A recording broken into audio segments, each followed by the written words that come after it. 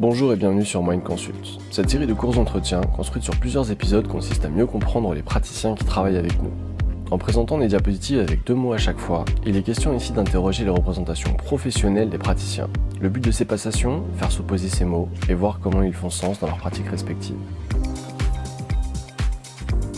Sérieuse, détendue, moi je dirais plutôt détendue, tout en étant sérieuse bien sûr, mais plutôt détendue parce que c'est vraiment la démarche que j'ai avec mes patients. Je ne vais pas leur tenir un discours avec plein de théories, etc. Je vais expliquer mes propos, mais ça va être vraiment de manière détendue et appropriée. Voilà. Image, concept. Je vais choisir le mot image parce que vraiment dans ma pratique, moi, c'est vraiment je travaille beaucoup avec l'image.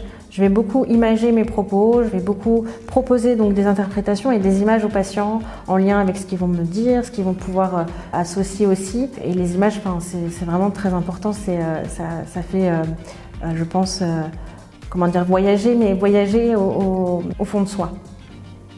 Périnatalité, nutrition.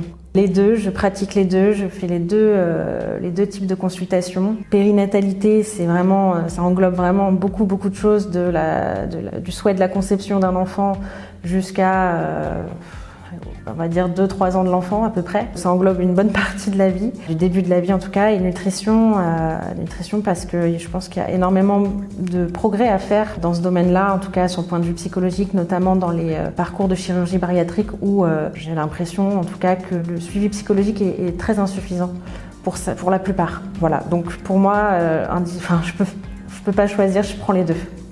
Éducation, transmission.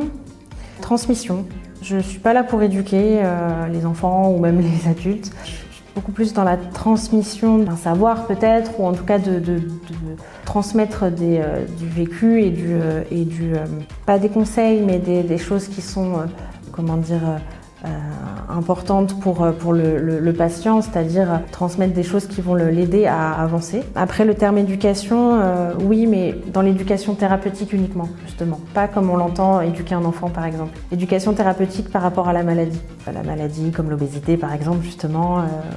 Mais si je dois choisir, c'est transmission. Cadre, contenance. Contenance. Je pense que j'étaye énormément mes patients, je les contiens beaucoup.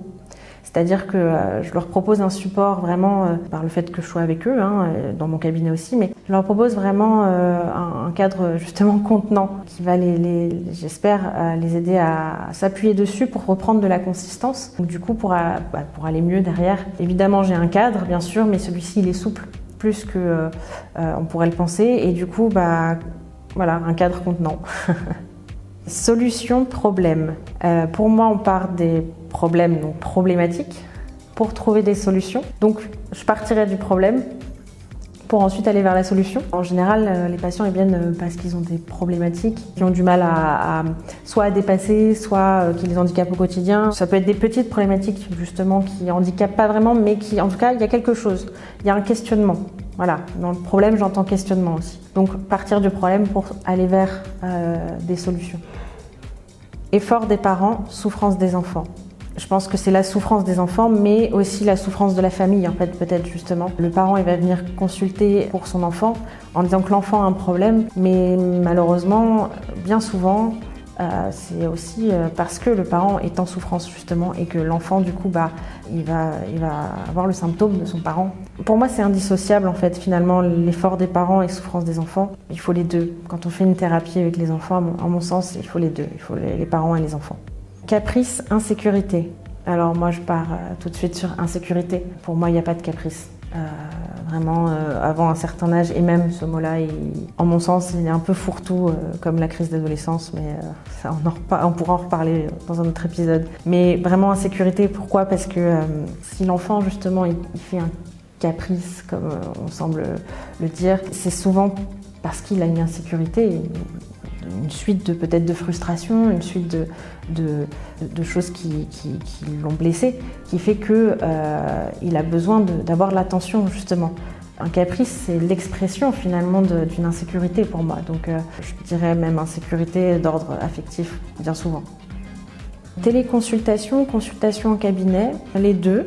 Actuellement, surtout depuis le confinement où du coup la téléconsultation a pris son essor. À certains moments, quand on est en cabinet et que le patient doit aller en vacances ou bouger de l'endroit où il était, donc pas être sur Paris, parce que moi j'ai un cabinet sur Paris, et je lui propose la téléconsultation et du coup la plupart du temps c'est ok et on continue le suivi de cette manière-là. Après, la téléconsultation a aussi certaines limites que j'ai pu rencontrer et il est nécessaire du coup de se voir un peu en cabinet au moins une fois, 2 fois peut-être, de remettre quelque chose de plus ancré aussi, de se voir en fait, de se voir physiquement.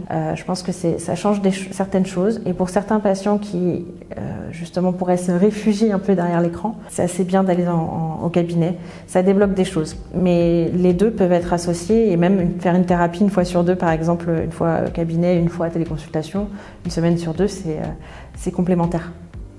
Savoir, hypothèse parce que en tout cas moi ma position je ne sais pas tout, je ne sais pas même par rapport aux patients. Moi je vais proposer les hypothèses et les proposer du coup et le patient les valide ou pas. Donc c'est lui qui sait, c'est lui qui ressent, c'est lui qui... Voilà, moi je vais juste accompagner dans la réflexion. Institution à son compte,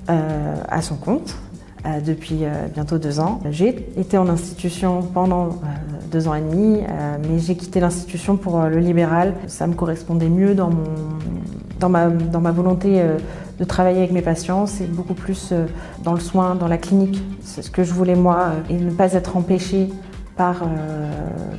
je sais pas, des rendements à faire, des choses de cet ordre-là, empêchées par un tiers en fait. Là, je fais comme j'ai envie, comme je peux au mieux accompagner mes patients et là, c'est un vrai sentiment de satisfaction personnelle et professionnelle, donc à son compte.